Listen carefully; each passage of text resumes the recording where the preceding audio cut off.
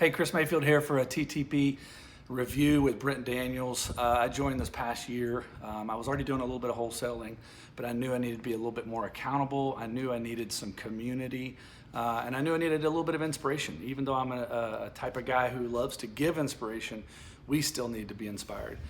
And so on a trail walk with my wife, I basically called and got signed up. Within a couple of hours, we were going. Here's why I recommend Brent Daniels TTP and the overall program. Fact, Brent to me is a fat leader. And what I mean by that is he's faithful, he's available, and he's teachable.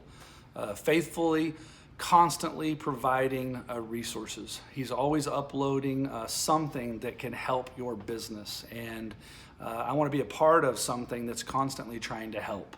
And yes, it is a paid program, but this is a paid program where they are helping. They genuinely care. Available, just a couple months ago, I was working on a deal and I called Brent and wanted to get some ideas, and he was on vacation, and within an hour, he called me back. That impressed me to no end.